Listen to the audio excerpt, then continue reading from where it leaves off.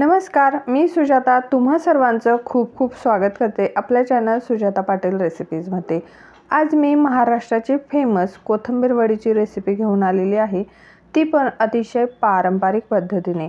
आपण यूट्यूबवरती खूप साऱ्या रेसिपीज बघतो, अगदी 5 मिनिटात 10 मिनिटात न वाफवता, पण ही जी पारंपरिक पद्धत आहे त्यापासून बनणारी कोथिंबीर वडी अगदी खुसखुशीत आणि कुरकुरीत बनते। तर चला मग आपण रेसिपी बघूया।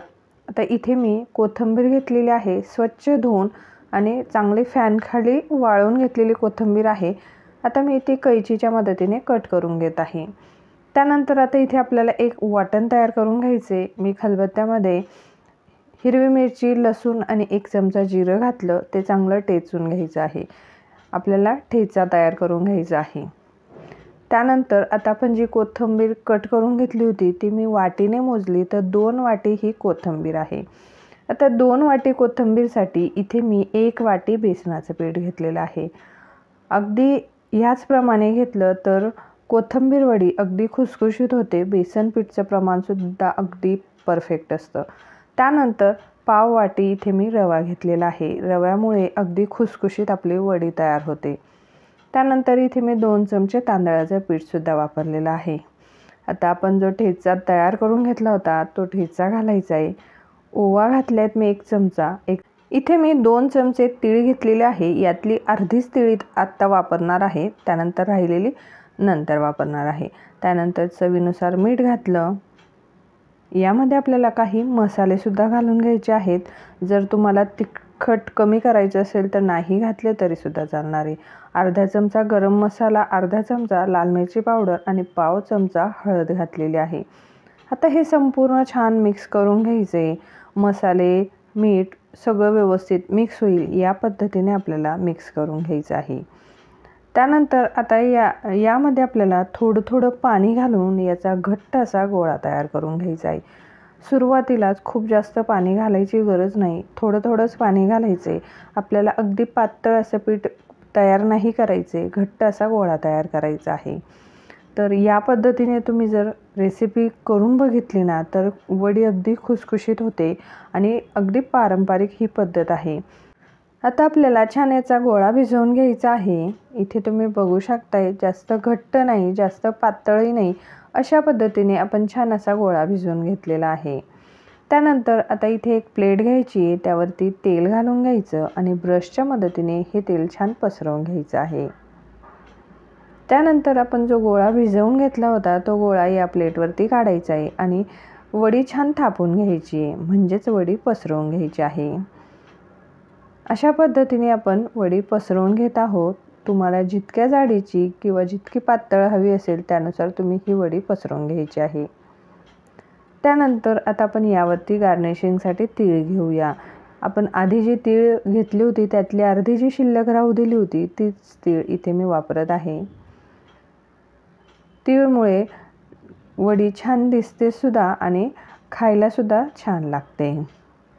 तर अशा पद्धतीने तीळ पसरवून झाली की ही तीळ तळताना निघू नये यासाठी काय करायचं, एखादी वाटी घ्यायची आणि वाटीच्या मदतीने छान तीळ अशी दाबून घ्यायची आहे, म्हणजे तीळ चांगली वडीला पॅक होईल आणि आपली वडीसुद्धा एकसारखी बनेल। आता तुम्ही बघू शकतायत अगदी सुरेख असं आपली वडी थापून झालेली आहे। आता आपण ही शिजवून घेऊया। गॅसवरती मी कढई ठेवून घेतली होती, त्यामध्ये पाणी घालून आणि पाणी गरम व्हायला ठेवलं होतं।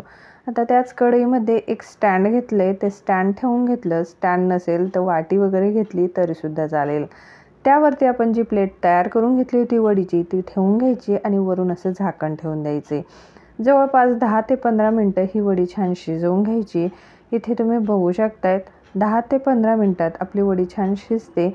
आता ही संपूर्ण गार करून घ्यायचं आहे। आता जवळपास अर्धा तासानंतर हे छान गार झालं। आता आपण वडी कट करून घेऊया।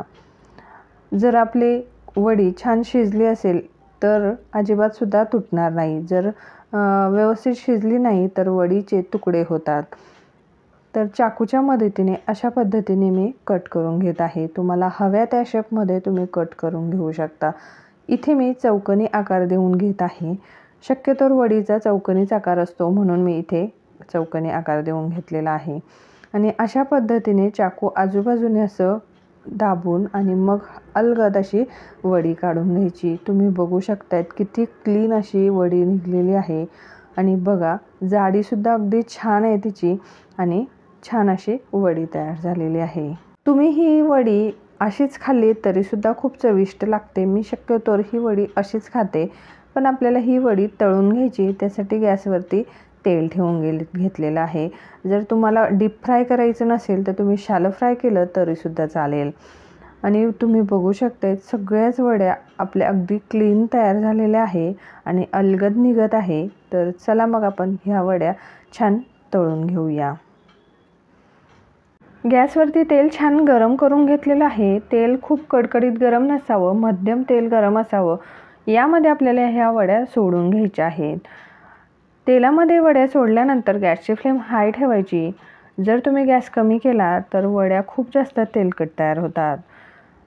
आता एक बाजू छान तळली गेली की दुसऱ्या बाजूने बाजू पलटी करून ह्या वड्या छान खमंग खरपूस होतात तोपर्यंत मस्त दोन्ही बाजूने तळून घ्यायचे आहे।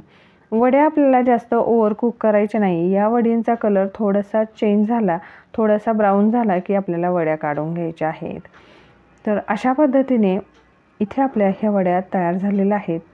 वडी तळताना इतका छान सुगंध येतोय तर यावरूनच कळतं की आपली वडी अगदी छान अशी तयार झालेली आहे। तर आता ह्या वड्या मी काढून घेत आहे। तुम्ही बघू शकतायत कलर टेक्स्चर अगदी छान असं तयार झालेलं आहे। तर तुम्ही बघू शकतायत आपल्या वड्या अगदी खुसखुशीत तयार झालेल्या आहेत। बाहेरून जेवढ्या खुसखुशीत तितक्याच आतमधून हलक्या अशा ह्या वड्या तयार झालेल्या आहेत। एकदा तुम्ही ही रेसिपी नक्की ट्राय करा। रेसिपी आवडली तर इतरांसोबत शेअर करा आणि चॅनलवरती नवीन असाल तर सबस्क्राईब करा आणि थोडासा जरी व्हिडिओ आवडला असेल तर व्हिडिओला लाईक नक्की करा।